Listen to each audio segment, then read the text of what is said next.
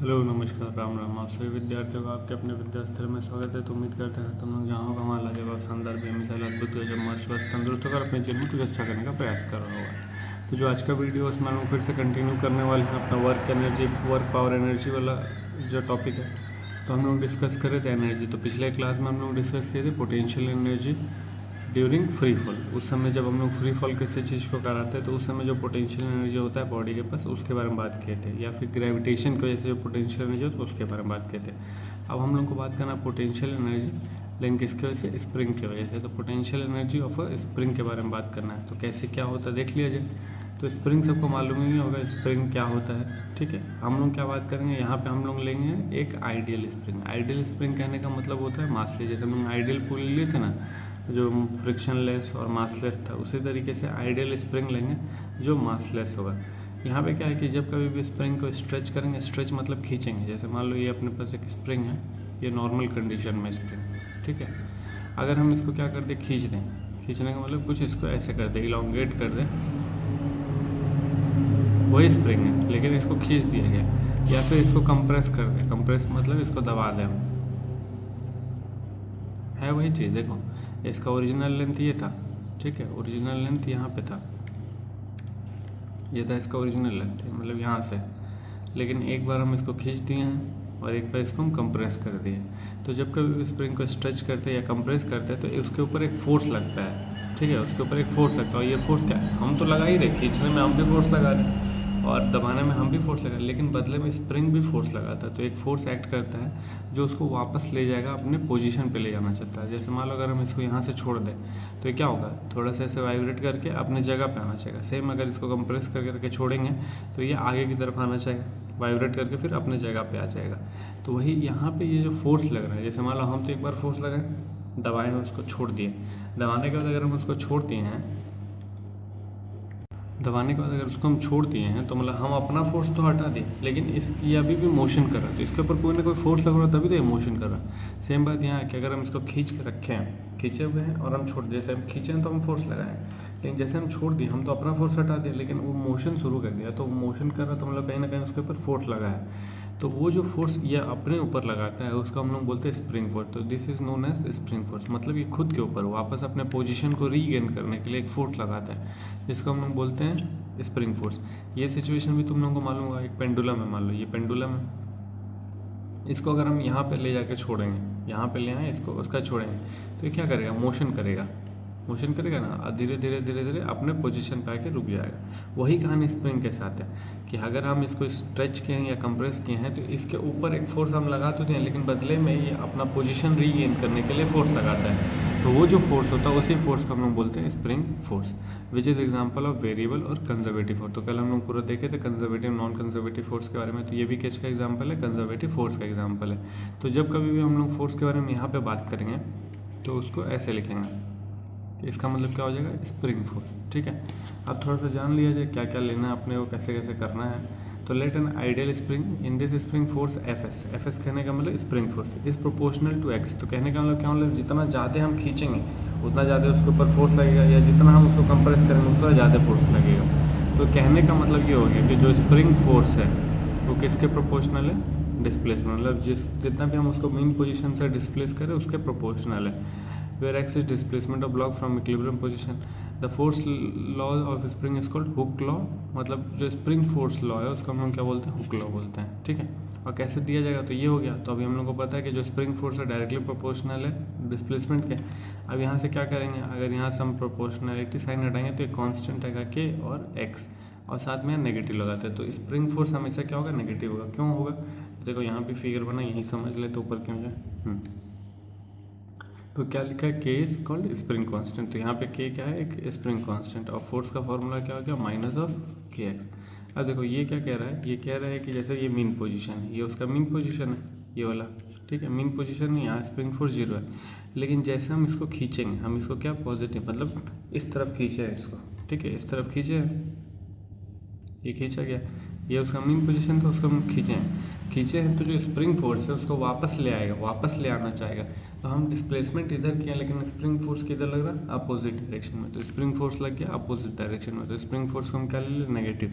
Same कहानी यहाँ पे, अगर हम उसको कंप्रेस करेंगे, कंप्रेस मतलब दबा रहे हैं, उसका ये मेन पोजीशन था ये वाला, उसको हम इस तरफ लेके आए, तो हम डिस्प्लेसमेंट मान लो नेगेटिव किए, स्प्रिंग फोर्स का डायरेक्शन क्या हो जाएगा, स्प्रिंग फोर्स का डायरेक्शन ये होगा। तो मतलब कहीं ना कहीं फोर्स और डिस्प्लेसमेंट, स्प्रिंग फोर्स और डिस्प्लेसमेंट इक्विलिब्रियम पोजीशन से जो है अपोजिट डायरेक्शन, मतलब फोर्स अगर इधर है तो डिस्प्लेसमेंट इधर है, डिस्प्लेसमेंट इधर है तो फोर्स इधर है, मतलब ऐसे अपोजिट डायरेक्शन में एक्ट कर रहा है। तो अपोजिट डायरेक्शन में एक्ट कर रहा है तो हम लोग क्या जानते हैं कि वर्क इज इट, मतलब यहाँ पे अगर बात करें अपोजिट डायरेक्शन में एक्ट कर रहा है तो फोर्स और डिस्प्लेसमेंट दोनों का रिलेशन कैसा है, अपोजिट है, तो इसीलिए यहाँ पे क्या लगाना पड़ रहा है अपने को, नेगेटिव लगाना पड़ रहा है।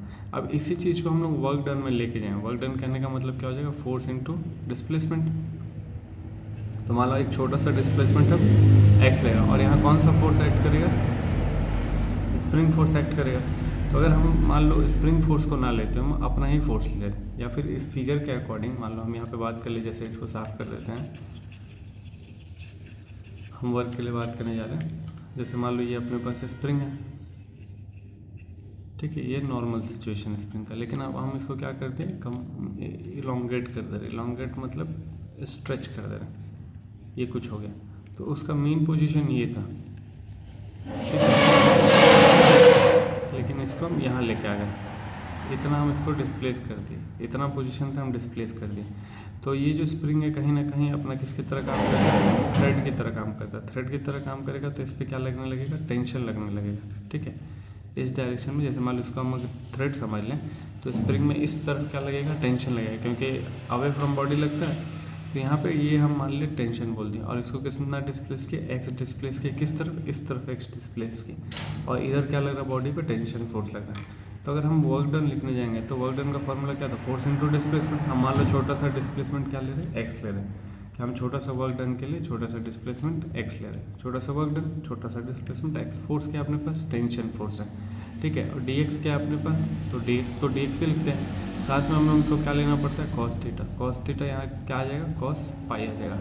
ये समझ आए बात, कोई दिक्कत नहीं। अब यहाँ पे अगर हम लोग वर्क डन निकालें, इंटीग्रेट कर देंगे, तो यहाँ जो टेंशन है, टेंशन क्या है, एक तरह से स्प्रिंग फोर्स है, और स्प्रिंग फोर्स अपने पास क्या है, के एक्स, ठीक है, और क्या हो गया फिर अपने पास डी एक्स, और ये हो गया अपने पास माइनस है, तो कुल मिला के वर्क डन भी क्या आ जाएगा अपने पास, माइनस ऑफ के एक्स डी एक्स। ये अपने पास वर्क डन आ जाएगा किसमें, स्प्रिंग में। तो अगर हम लोग देखो यहाँ पे लिखा भी होगा कहीं, हाँ, तो ये है। अगर मान लो हम लोग को वर्क डन निकालना है तो अभी ये दूसरा तरीका है, अभी इसको भी हम लोग डिस्कस करेंगे, इंटीग्रेट करेंगे तो, और लिमिट जो पुट करेंगे ओरिजिन से। अभी फिलहाल हम ये जनरल फार्मूला की बात करें कि अगर हमको वर्क डन बताना है तो फोर्स, तो जैसे जनरल वर्क डन बताना तो फोर्स इंटू डिस्प्लेसमेंट, कौन सा फोर्स, स्प्रिंग फोर्स, और डिस्प्लेसमेंट कौन सा ले ले, स्मॉल डिस्प्लेसमेंट ले ले। स्प्रिंग फोर्स के अपने पास माइनस ऑफ के एक्स डी एक्स, तो ये हम बताना चाहते हैं। लेकिन अगर मान लो उसको अगर हम मेन पोजीशन से डिस्प्लेस कर रहे हैं, जैसे मान लो यहाँ से अगर हम लिखना चाहें, जैसे क्या था अपने पास था D W is equals to T D X और कॉस पाई था, ये था, ठीक है। अब इंटीग्रेट कर रहे हैं हम लोग, तो इंटीग्रेशन में लिमिट लगाना पड़ेगा। तो लिमिट कहाँ से कहाँ डिस्प्लेस करें, तो मेन पोजीशन से उसको मान लो एक्स पॉइंट तक डिस्प्लेस किया, मतलब मेन पोजीशन था उसको हम लोग एक्स डिस्प्लेस किए, ठीक है, ये हो गया। डी डब्ल्यू को डब्ल्यू लिख दें, यहाँ टी की जगह पे क्या आ जाएगा, माइनस ऑफ के एक्स डी एक्स, और कॉस पाई का वैल्यू -1 हो गया, इंटीग्रेशन 0 से x, तो माइनस ऑफ के को बाहर ले लें, ठीक है, integration of 0 to x, x dx का इंटीग्रेशन। अब x dx का इंटीग्रेशन करेंगे तो क्या आने लगेगा, तो एक्स स्क्वायर अपॉन में 2 ये आ जाएगा, और 0 वैल्यू पुट करेंगे 0, तो 0 x का, तो x, तो यही मिलेगा कुल मिला के। तो कुल मिला के क्या मिल गया अपने को वर्क डन यहाँ पे, तो वर्क डन मिल गया माइनस ऑफ के एक्स स्क्वायर अपॉन में 2, और के क्या है, स्प्रिंग कांस्टेंट है यहाँ पे, के क्या है, स्प्रिंग कांस्टेंट, एक्स जो हम डिस्प्लेस करें। तो देखो अगर हम हमको स्प्रिंग फोर्स दिया हुआ है कि भाई माइनस ऑफ के एक्स स्प्रिंग फोर्स है, हम इतना डिस्प्लेस करें तो वर्क डन क्या होगा, तो वर्क डन के लिए ये वाला फॉर्मूला इस्तेमाल कर लेंगे हम लोग, ठीक है, फोर्स इंटू डिस्प्लेसमेंट वाला। लेकिन अगर कुछ अलग तरीके से दिया हुआ है, अपने को स्प्रिंग फोर्स नहीं स्प्रिंग कांस्टेंट दिया हुआ है, तब हम लोग ये वाला फॉर्मूला इस्तेमाल कर सकते हैं। तो ये वर्क डन कहीं ना कहीं निकल के आ गया, ठीक है, इसमें कोई दिक्कत नहीं होना चाहिए। ये हम लोग क्या निकाल दिया, वर्क डन निकाल दिया, वर्क डन के इसके लिए, स्प्रिंग के लिए। वही सब यहाँ फिगर बना हुआ है कि कम x 0 था, उसको हम लोग डिस्प्लेस किया x पे, तो तो लिमिट जो पुट करेंगे 0 से x लिमिट पुट करके सॉल्व करेंगे, ठीक है। तो हम लोग क्या क्या डिस्कस कर लिए, देखो यहाँ पे एक क्वेश्चन देख लो, एक तो ये है maximum extension in spring and, तो क्या फाइंड करना, maximum extension in spring and maximum velocity of block. तो ये तुम लोग को खुद करना है, वैसे तो यहाँ आंसर लिखा हो लेकिन ये खुद करना है, इसको इस तरीके से अज्यूम करके पेंडुलम वाला केस अज्यूम करके खुद करने का कोशिश करना, समझ आ जाएगा। ये आसान है, कुछ हार्ड नहीं। ये देख लो, ये अच्छा work done bye spring forces क्या होगा, पॉजिटिव या नेगेटिव। तो वर्क डन हमेशा क्या होगा, नेगेटिव होगा। लेकिन अगर हम ये कब होगा, कंप्रेशन और एक्सटेंशन। कंप्रेशन मतलब खींचे हम लोग या फिर दबा के रखे तब। लेकिन अगर स्प्रिंग रिलैक्स हो रहा होगा, रिलैक्स कहने का क्या मतलब, जैसे मान लो यहाँ ले हम उसको छोड़े हैं, यहाँ ले आके अगर हम छोड़े हैं तो किधर, जैसे हम उसको खींचे हैं, उसका जब छोड़ देंगे, जब हम खींचे हुए हैं तो स्प्रिंग फोर्स तो इधर लग रहा है, लेकिन जब हम उसको छोड़ देंगे तो डिस्प्लेसमेंट भी इधर होगा और स्प्रिंग फोर्स भी इधर ही लग रहा होगा। तो जब हम खींच के रखे हैं तो डिस्प्लेसमेंट इधर है, ठीक है। लेकिन जब हम उसको छोड़ेंगे, जब वो रिलैक्स कर रहा होगा, रिलैक्स करने मतलब जब वो अपने पोजीशन पे जा रहा होगा, तो उस केस में पॉजिटिव हो जाता है। जैसे यहाँ पे ना अक्सर इस तरह के क्वेश्चन में गलती होती है, क्योंकि हम लोग क्या देखे भाई नेगेटिव, तो हम लोग आँख बंद करके नेगेटिव लगा देते हैं। लेकिन नेगेटिव कब होता है, कंप्रेशन में और एक्सटेंशन में। लेकिन अगर वो रिलैक्स होने जाएगा, रिलैक्स कहने का क्या मतलब, जो भी अपने पास स्प्रिंग है उसको हम छोड़ दिए उसके मैक्सिमम पोजीशन डिस्प्लेस करने के बाद, तो क्या होगा कि वो रिलैक्स होगा। तब रिलैक्स होने के कंडीशन में उस केस में जो वर्क डन हो जाता है वो पॉजिटिव होता है। क्यों, क्योंकि उसी तरफ फोर्स भी लगता है और उसी तरफ डिस्प्लेसमेंट भी होता है, तो दोनों का डायरेक्शन सेम होने की वजह से उस केस में वो पॉजिटिव हो जाता है, ठीक है। अब हम लोग बढ़ते हैं थोड़ा सा आगे। तो थोड़ा सा आगे में अब क्या है, जैसे हम लोग कल देखे थे conservation of mechanical energy gravitation के लिए, मतलब फ्री फॉल होता है तो उसके पास दोनों होता है, टोटल एनर्जी आया था। हम लोग देखे थे कि ये दोनों जब मोशन करता है तो उसके पास दोनों रहता है। वही चीज़ अब अपने को देखना है कंजर्वेशन ऑफ मैकेनिकल एनर्जी, लेकिन किसके लिए बात करना, अपने को स्प्रिंग के लिए बात करना। तो स्प्रिंग के लिए क्या बात करेंगे, क्या क्या होता है अपने पास वो डिस्कस कर लिया जाए। तो बात वही होगा कि जैसे मान लो अगर हम उसको खींच के रखे हैं, जैसे मान लो यहाँ से हम उसको खींच के रखे हैं, तो उसका जब हम पोजीशन चेंज किए हैं तो केवल इसके पास फिलहाल क्या है, पोटेंशियल। या फिर इसको हम कंप्रेस करके रखे हैं तो केवल इसके पास क्या है, पोटेंशियल। मतलब हम उसको खींच के रखे हैं तभी भी उसके पास पोटेंशियल एनर्जी, या फिर हम दबा के रखे हैं तो भी उसके पास केवल पोटेंशियल एनर्जी है। लेकिन जैसे हम इसको छोड़ेंगे तो ये मोशन शुरू कर देगा, तो उस समय इसके पास दोनों एनर्जी होगा, काइनेटिक भी हो जाएगा, पोटेंशियल भी। क्यों, क्योंकि मोशन की वजह से काइनेटिक एनर्जी और पोजीशन के चेंज की वजह से पोटेंशियल एनर्जी। फिलहाल वही चीज़ है, जैसे इसका मेन पोजीशन ये था, मान लो मेन पोजीशन से हम इसको यहाँ डिस्प्लेस किए हैं तो इसके पास केवल पोटेंशियल एनर्जी है, क्योंकि पोजीशन का चेंज हुआ है। वही चीज़ मेन पोजीशन से हम इधर डिस्प्लेस किए तो केवल पोजीशन का चेंज हुआ, तो केवल पोटेंशियल एनर्जी है। लेकिन जैसे हम इसको छोड़ेंगे, मोशन स्टार्ट करेगा तो पोजीशन के साथ साथ वेलोसिटी भी आ जाएगा। वेलोसिटी आ गया तो मतलब कहीं ना कहीं काइनेटिक एनर्जी भी आ जाएगा। इतना समझ आया कि जो टोटल एनर्जी अगर हम लोग बात कर लेंगे तो मतलब अल्टीमेटली उसके पास क्या है, पोटेंशियल। लेकिन मोशन के दौरान उसके पास दोनों एनर्जी है, ठीक है। वही बात यहाँ पे सीखना, समझना, जानना है। तो यहाँ क्या कह रहा है, कह रहा है कि let the block of mass M be pull to a distance X S, ठीक है। एक एम मास का ब्लॉक है जिसको इतना डिस्प्लेसमेंट पुल कर रहे हैं, तो जो पोटेंशियल एनर्जी हो जाएगा क्या हो जाएगा, हाफ के एक्स स्क्वायर। कैसे हो जाएगा ये हाफ के एक्स स्क्वायर, क्योंकि हम लोग पोजीशन की वजह से एनर्जी देखना है, तो पोजीशन की वजह से जो एनर्जी है ये हो जाएगा। अब जो हम लोग जैसे होता क्या है, एनर्जी क्या होगा किसी भी चीज़ में, जो हम लोग काम करते हैं वही उसमें एनर्जी स्टोर होता है, ठीक है। तो पोटेंशियल एनर्जी जो होगा वो क्या हो जाएगा, वर्क डन के बराबर हो जाएगा। जितना हम काम कर रहे हैं वही उसमें एनर्जी के फॉर्म में स्टोर हो जाएगा। और वर्क डन अभी हम लोग लेके आए थे, क्या लेके आए थे, हाफ के एक्स स्क्वायर लेके आए थे, यही तो है वर्क डन, हाफ के एक्स स्क्वायर। तो फिलहाल हम नेगेटिव नहीं लिख रहे हैं, क्योंकि अपने पास जो हम लोग वर्क डन कर रहे हैं वही उसके फॉर्म में स्टोर हो जा रहा है, तो हम उसको मैग्नीट्यूड के वैल्यू में लिख रहे हैं। तो कितना हो गया, हाफ के एक्स स्क्वायर उसका पोटेंशियल एनर्जी हो गया, ठीक है। जो हम उस पर काम किए, स्ट्रेच करने में, कंप्रेस करने में, वही उसमें स्टोर हो गया। कह रहा है कि जब हम एक्स को मैक्सिमम ले लेंगे, मतलब इस तरफ लेके गए तो मान लो प्लस एक्स हो गया, इधर लेके गए तो माइनस एक्स हो गया, और इसको रिप्रेजेंट कैसे करें, एम से, मतलब मैक्सिमम उसको हम खींचें या फिर दबाएं, तो जो टोटल एनर्जी हो जाएगा वो किसके बराबर हो जाएगा, पोटेंशियल एनर्जी की। क्योंकि जब हम मैक्सिमम उसको खींच के लेके जा रहे हैं तो उसके पास केवल पोजीशन है, जब मैक्सिमम स्ट्रेच के जो भी बात करते हैं, या फिर मैक्सिमम कंप्रेस किए हैं तो केवल उसके पास पोटेंशियल एनर्जी है। तो जो टोटल एनर्जी हो जाएगा उसके पास क्या हो जाएगा, हाफ के एक्स एम स्क्वायर, ठीक है, ये मैक्सिमम की वजह से। और टोटल एनर्जी कहने का मतलब क्या होता है, kinetic energy plus potential energy. मतलब जब हम उसको छोड़ेंगे तो मोशन करेगा, मोशन करने के दौरान उसके पास दोनों एनर्जी रहेगा, काइनेटिक भी रहेगा और पोटेंशियल भी रहेगा। वही बात यहाँ पे हो रहा है, कह रहे हैं intermediate energy of the spring is partially kinetic और पार्शियली पोटेंशियल।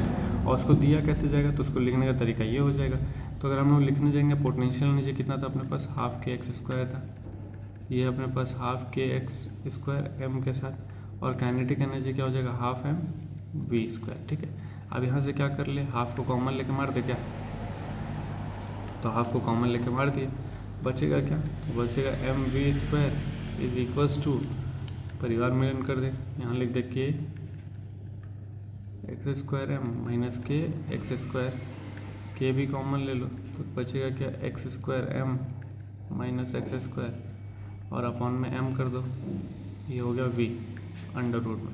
तो मतलब अगर अपने को वेलोसिटी निकालना है तो ये फॉर्मूले से हम लोग वेलोसिटी निकाल सकते हैं। टोटल एनर्जी तो कंजर्व है, अब वेलोसिटी निकालने के लिए ये फॉर्मूला वही तो हम ले आए ऊपर, ये वाला फॉर्मूला से हम लोग क्या निकाल सकते हैं, वेलोसिटी निकाल सकते हैं। तो अगर हम लोग को maximum speed of the body बताना है तो maximum speed of the body में क्या हो जाएगा, तो मैक्सिमम स्पीड अगर वेलोसिटी मैक्स बताना है तो ये वाला एक्स वाला पार्टी जीरो हो जाएगा। एक्स वाला पार्टी जीरो होने से क्या होगा, अंडर रूट में K by M X square M, तो ये जो एक्स स्क्वायर एम है वो बाहर आएगा, एक्स एम हो जाएगा, अंडर रूट में बचेगा के एम, ये हो जाएगा अपने पास मैक्सिमम वेलोसिटी। ठीक है, तो ये अपने पास maximum speed of the body आ गया। कब होगा, जब at x is equals to zero के, मतलब एक्स का वैल्यू जीरो पुट करने के बाद ये अपने को मैक्सिमम वेलोसिटी मिल गया। अब इसका ग्राफ वगैरह कैसे बनेगा, तो जैसे हम लोग ग्रेविटेशन में ग्राफ बनाए थे वैसे ग्राफ यहाँ भी बनेगा। तो लेकिन यहाँ पे जैसे देखो ग्रेविटेशन में क्या हुआ था, ये अपने पास ज़मीन था, हम उसको यहाँ लेके गए थे और ये मोशन कर रहा था।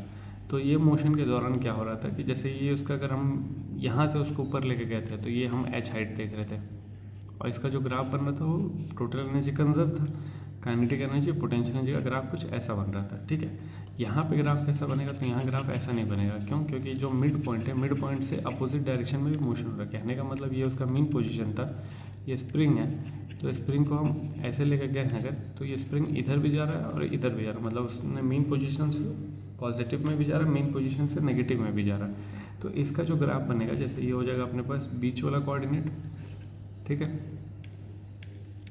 ये हो जाएगा अपने पास टोटल एनर्जी जो कंजर्व रहेगा पूरे मोशन के दौरान, ये टोटल एनर्जी कंजर्व हो गया पूरे मोशन के दौरान।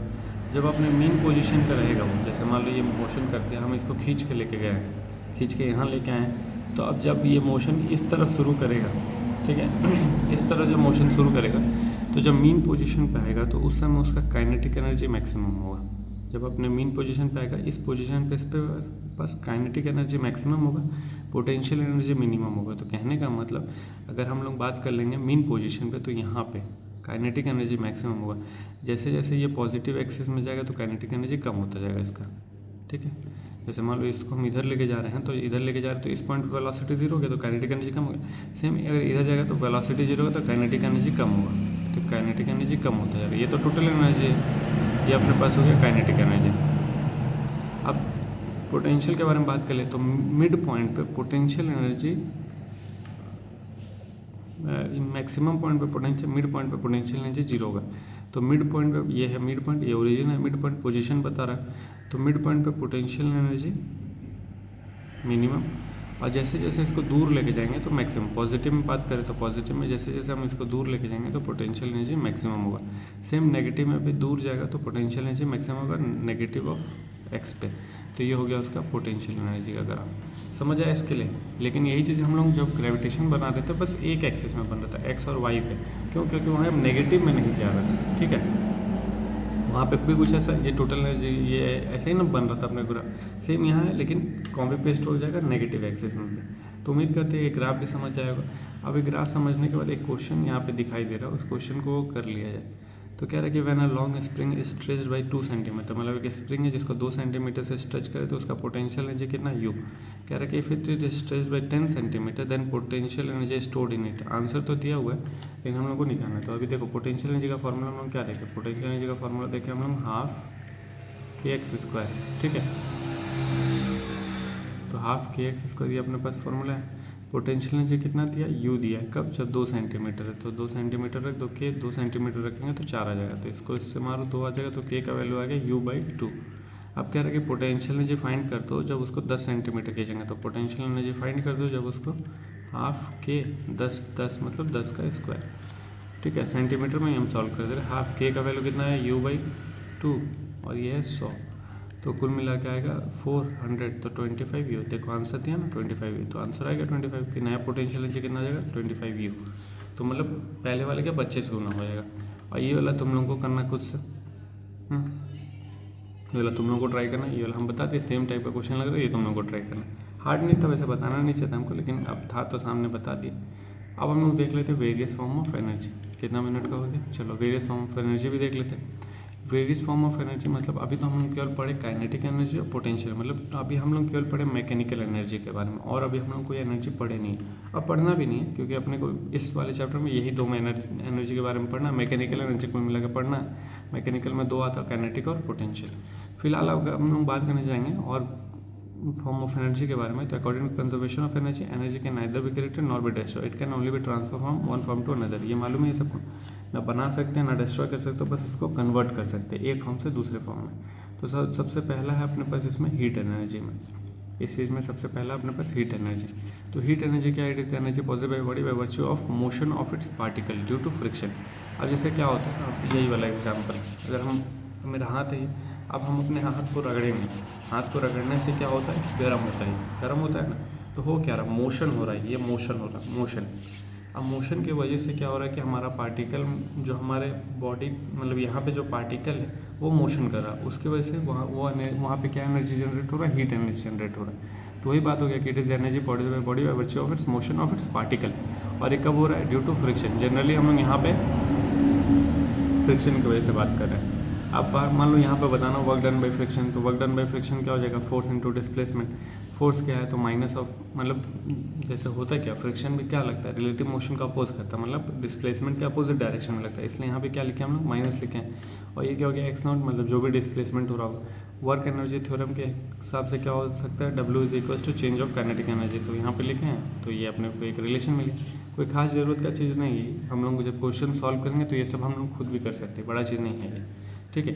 इसके बाद दूसरा एनर्जी अपने पास केमिकल एनर्जी। केमिकल एनर्जी क्या होता है, जब कभी भी कोई भी केमिकल रिएक्शन होता है तो a number of chemical reaction take place in several phenomena in our surrounding such as lightning of match stick. जब कभी भी हम लोग माचिस जला रहे हैं, बर्निंग ऑफ क्रैकर्स, पटाखा फोड़ रहे हैं, कुकिंग ऑफ फूड, ये सब क्या ऐसा है, यहाँ पे केमिकल रिएक्शन हो रहा है। और यहाँ पे जो एनर्जी इन्वॉल्व है उसको हम लोग बोलते हैं केमिकल एनर्जी। देखो सब बेसिक डेफिनेशन पढ़ रहे, बहुत डीप अपने को पढ़ना नहीं है क्योंकि ज़रूरत ही नहीं है। उसके बाद आता है electrical energy. Energy associated with work done due to moving electrical charge. Electrical charge के मूव होने से जो एनर्जी होता है उसको हम बोलते हैं इलेक्ट्रिकल एनर्जी। उसके बाद आता है न्यूक्लियर एनर्जी। न्यूटन बोल रहे हैं, neutron and proton attract each other with strong force and combine together to form nuclear, ठीक। The energy output of such reaction is extremely high, such energy is known as nuclear energy. Nuclear bomb वगैरह सुना है ना, तो nuclear bomb जो होता है वो इसी फिनोमेना पे काम करता है कि वहाँ पे न्यूक्लियर एनर्जी निकलता है। न्यूक्लियर एनर्जी क्या होता है, न्यूट्रॉन और प्रोटॉन को हम क्या करते हैं, आपस में कंबाइन कर देते हैं, तो क्या बनता है वहाँ पे, न्यूक्लियाई बनता है। तो इसी वजह से उसको न्यूक्लियर एनर्जी बोल दिया गया। तो यहाँ पे जो एनर्जी रहता है बहुत ज़्यादा एनर्जी रहता है, बहुत ज़्यादा नुकसान भी पहुँचाता है ये, ठीक है। उसके बाद इसको भी कर ले क्या, हाँ इसको भी कर लेते हैं। अब इसके बाद है मास एनर्जी इक्विवेलेंस। तो मास एनर्जी इक्विवेलेंस पे काम करने वाले जो व्यक्ति थे वो आइंस्टीन थे, ठीक है। इससे पहले जैसे होता क्या था ना, इससे पहले कहा जाता था, आइंस्टीन 1905 से पहले कहा जाता कि मास एक अलग चीज़ है, एनर्जी एक अलग चीज़ है, ठीक है। दोनों का आपस में कुछ लेना देना नहीं है। तो आइंस्टीन क्या किए थे, आइंस्टीन जो है मास और एनर्जी के बीच में एक रिलेशन बनाए थे कि उनका कहना ये था कि जो मास और एनर्जी के बीच में एक रिलेशन है, वो रिलेशन क्या है, तो वो रिलेशन है E is equals to M C square. देखो अभी बस तुम लोगों को ऊपर पढ़ना, कैसे आया, क्या किए थे, ये अभी नहीं जानना। तो क्या था, मास एनर्जी इक्विवेलेंट का relation E is equals to M C square. E क्या है, एनर्जी है, M क्या है, मास है, C क्या है, स्पीड ऑफ लाइट है। तो here E is equals to M C square puts an end to the distinction such as mass is something fundamental to matter while energy is the property of matter acquired by it by virtue of its position or motion between mass and energy। तो मतलब इससे पहले वही हम कर रहे हैं ना, इससे पहले कहा जाता था मास एक अलग चीज़ है और एनर्जी एक अलग चीज़ है। लेकिन जब आइंस्टीन एक रिलेशन दे दिया और ये रिलेशन कहीं भी अप्लाई करने पे सही होने लगा, तो इसका मतलब ये जो चीज़ था ये करेक्ट हो गया। जैसे होता क्या कि अगर हम कोई भी रिलेशन दे देंगे तो सही हो जाए ऐसा ज़रूरत नहीं है, तो उसको अप्लाई किया जाएगा, हर एक सिचुएशन में अप्लाई करके देखा जाएगा। अगर वो फॉलो कर रहा है तो इसका मतलब भाई ये सही रिलेशन है। तो वही चीज़ था। तो 1905 में आइंस्टीन एक रिलेशन दिए, mass energy relation. Mass energy equivalence में क्या होता है कि E is equals to M C square होता है। ये क्या होता है, वही कह रहा है कि puts an end to the distinction. क्या था, such as mass is something fundamental to matter, मतलब ऐसा कहा जाता है मास जो फंडामेंटल नेचर है मैटर का, और एनर्जी जो है प्रॉपर्टी है मैटर का, फंडामेंटल नेचर मतलब बेसिक नेचर है, मास जो बेसिक नेचर है, और एनर्जी जो है प्रॉपर्टी है मैटर का। वो कब आता है? उसके पोजीशन और मोशन की वजह से आता है। एनर्जी आता है पोजीशन और मोशन की वजह से, और जो मास है प्रॉपर्टी है किसी भी चीज़ का, तो उसके बीच में रिलेशन देने का काम कौन किए थे? आइंस्टीन किए थे। तो बस इतना ही जानना था इसमें। और एक ये चीज़ जान लो, also it lead to unification of law. ये देखो ये सब नहीं पढ़ा गया यूनिफिकेशन क्या था, क्योंकि ये वाला चैप्टर पूरा हटा दिया गया। जो अपने पास फिजिकल वर्ल्ड करके एक चैप्टर होता है फिजिक्स में, पहला चैप्टर, उसको हटा दिया गया क्योंकि यूनिट एंड मेजरमेंट पहला चैप्टर, उसी में आता है यूनिफिकेशन वगैरह। Also it lead to unification of law of conservation of mass and law of conservation of energy. Unification मतलब एक साथ करना, तो किसको किसको एक साथ कर दिया? ये कंजर्वेशन ऑफ मास को और कंजर्वेशन ऑफ एनर्जी वाला जो लॉ था, क्योंकि अभी तक कंजर्वेशन ऑफ मास को अलग देखा जाता था, कंजर्वेशन ऑफ एनर्जी को अलग देखा जाता था। इस लॉ के आने के बाद, मतलब ये वाला रिलेशन आने के बाद, दोनों को क्या कर दिया गया? एक साथ कर दिया गया into one, law of conservation of mass energy. तो दोनों को एक साथ करके क्या बोल दिया गया? Law of conservation of mass energy बोल दिया गया। ठीक है। अब उसके बाद है law of conservation of energy, इसको बाद में डिस्कस कर लेंगे। उससे पहले ये जो एक दो क्वेश्चन यहाँ दिखाई दिया था उसको देख लेते हैं। तो क्या है? सबसे पहले the graph you x is given, किस चीज़ के लिए? Relation between potential energy forces. अच्छा, तो ये तो एक्सेस के लिए, तो ये काम करने लग रहा है फिलहाल। उसके बाद इसमें आ जाते हैं, हाँ ये तो work done by external force on a system equals to change in. तो ये तुम लोग करना, देखो फिल इन द ब्लैंक्स है, ये फिल इन द ब्लैंक्स एक बार खुद से ट्राई करना। तो क्या रहे, आंसर दिया हुआ है लेकिन आंसर देखना मत, थोड़ा सा ईमानदारी रखो, आंसर मत देखना, क्वेश्चन पढ़ना और ट्राई करना। फिर work done by all forces on a system equals to change a heavy stone is thrown from a cliff of height. एक बार ट्राई करना, ये सब अच्छा क्वेश्चन, ऊपर वाला तो नहीं लेकिन ये सब क्वेश्चन ट्राई करना, ये तीनों क्वेश्चन एक बार ट्राई करना, ये वाला ये वाला ये वाला पढ़ के एक बार ट्राई करना। नहीं आएगा आंसर देखना, फिर समझने की कोशिश करना कैसे क्या हो रहा है। ठीक है। तो जो भी था आज के वीडियो में हम लोग इतना ही डिस्कस करते, बाकी हम लोग कल डिस्कस करेंगे law of conservation of energy, power, इसको डिस्कस कर लेते हैं, फिर कल पावर शुरू करेंगे सीधा। हाँ, तो देखो कहानी क्या है, law of conservation of energy कितना हो गया? हो जाएगा। Law of conservation of energy कहने का क्या मतलब हो गया? जो हम लोग देखे हैं भाई, एनर्जी हमेशा क्या रहेगा? कंजर्व रहेगा। कंजर्व कहने का मतलब एक फॉर्म से दूसरे फॉर्म में बदलेगा, कभी नुकसान नहीं होगा उसका। तो ये कह रहे हैं एनर्जी में भी transfer from one form to another but the total energy of an isolated system remain conserve. जैसे अभी हम लोग दो ग्राफ देखें, दो ग्राफ किसके लिए देखें? एक ग्रेविटेशन के लिए देखें और एक हम लोग potential energy due to spring के लिए देखें। तो यहाँ टोटल एनर्जी ये था, यहाँ टोटल एनर्जी ये था। तो टोटल एनर्जी पूरे मोशन के दौरान कंजर्व है, टोटल एनर्जी में कोई फर्क नहीं पड़ा। लेकिन जो टोटल एनर्जी के साथ रिलेटेड है, काइनेटिक एनर्जी पोटेंशियल, वो चेंज हो रहा, काइनेटिक एनर्जी पोटेंशियल एनर्जी वो चेंज हो रहा। तो अगर मोशन के दौरान हम टोटल एनर्जी के बारे में बात करेंगे तो वो तो कंजर्व रहेगा, वही बात कर रहा है। But total energy of an isolated system remain conserve. लेकिन किसी समय अगर हम लोग देखेंगे, मान लो इस पर्टिकुलर टाइम पे देखेंगे, तो यहाँ टोटल एनर्जी तो कंजर्व, लेकिन इस पर्टिकुलर टाइम पे देखेंगे तो कुछ काइनेटिक एनर्जी है, कुछ पोटेंशियल एनर्जी है। ठीक है। तो एक फॉर्म से दूसरे फॉर्म में बदल रहा है। जैसे मान लो यहाँ पे हम देख लेंगे तो यहाँ पे उसके पास मैक्सिमम काइनेटिक एनर्जी था और पोटेंशियल एनर्जी जीरो था, मतलब पोटेंशियल था ही नहीं। लेकिन जैसे जैसे मोशन आगे वो शुरू किया तो उसका जो पोटेंशियल एनर्जी है वो किस में चेंज हो रहा है? काइनेटिक में चेंज हो रहा है। देखो potential kinetic, potential kinetic, potential kinetic, तो हो रहा ना। जैसे जैसे उसका हम पोजीशन चेंज करते हैं, एक एनर्जी दूसरे एनर्जी में चेंज होता है। लेकिन अगर टोटल एनर्जी के बारे में बात करेंगे तो वो हमेशा क्या रहेगा? कंजर्व रहेगा। तो इसीलिए कहा गया कि energy can neither be created nor be destroyed, ना उसको हम बना सकते हैं ना उसको मिटा सकते हैं, वो केवल एक फॉर्म से दूसरे फॉर्म में ट्रांसफर कर सकते हैं हम उसको। तो ये जो तो principle of conservation of energy can not be proved, however no violation of this principle is observe. तो इस चीज़ को प्रूव नहीं किया गया, लेकिन आज तक कभी इसका कुछ उल्लंघन नहीं मिला, अपने को कुछ गलत नहीं मिला, इसमें कुछ फॉल्ट नहीं मिला, तो इसलिए इसको हम फॉलो करते हैं। अभी जैसे हम बताएं कि अगर हम कोई भी नियम दे दिए तो वो नियम को चेक किया जाएगा। चेक किया जाएगा कहीं? अप्लाई करके, कई जगह अप्लाई किया जाएगा, अप्लाई करके उसको चेक किया जाएगा। अगर अप्लाई करने पे हर जगह ये फॉलो कर रहा है तो मतलब ये ठीक है।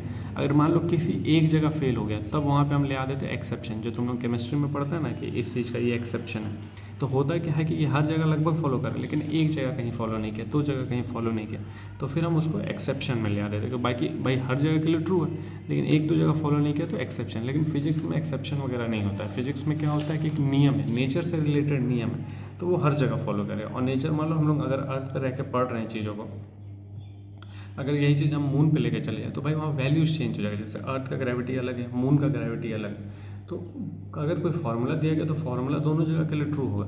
लेकिन अगर हम लोग वैल्यू पुट करेंगे तो उस हिसाब से आंसर आएगा। तो यहाँ एक्सेप्शन नहीं होता, यहाँ पे एक नियम दे दिया गया है, उस नियम में कुछ कुछ अपने पास वेरिएबल रहेगा, उस वेरिएबल का वैल्यू हम लोग अर्थ के हिसाब से अर्थ पे पुट करेंगे, मून के हिसाब से मून पे पुट करेंगे। तो जिस हिसाब से जिस जगह पर हम पुट करेंगे उस हिसाब से अपने को आंसर मिलता है। इसलिए फिजिक्स में एक्सेप्शन नहीं होता, फिजिक्स में कुछ नियम होता है, वो नियम हर जगह फॉलो होता है, ठीक है। क्योंकि हम लोग यहाँ फिजिक्स में नेचर से रिलेटेड ही बात करते हैं हर चीज़। तो ठीक है, जो भी था आज अपना एनर्जी वाला पार्ट पूरा कंप्लीट होता है। तो हम लोग वर्क वाला पूरा पार्ट डिस्कस कर लिए हैं और आज एनर्जी वाला पार्ट भी पूरा कंप्लीट हो गया। अब बचा है केवल पावर वाला हिस्सा, पावर वाले को भी जल्दी कंप्लीट करेंगे और ये चैप्टर अपना कंप्लीट हो जाएगा। तो उम्मीद करते हैं जो भी हम लोग देखें हैं डिस्कस के सब समझ आएगा। बाकी हम लोग मिलेंगे नेक्स्ट वीडियो में, तब तक अपना ख्याल रखना है, पढ़ते लिखते रहना और मेहनत करते रहना है। तब तक के लिए राम राम।